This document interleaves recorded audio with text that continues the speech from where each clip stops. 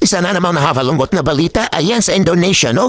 Makikita mo nga ito si Kuya, talagang viral siya ngayon. Kinilalang si Abdurrahman Agu na nagligtas sa batang babae dahil sa nasusunog na ferry na ito. At ang pangalan niya ng barko na ito ay Barcelona 5. Ay kita mo naman napakatindi na usok talaga, no? At maririnig dito ang mga iyakan at pagdarasal ng mga tao habang sila ay nag-aantay ng kanilang mga rescue.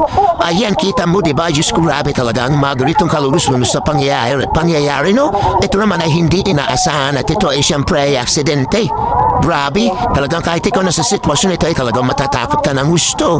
Dahil siyempre yung barkong sinasakyan mo ay talaga namang nasusunog na.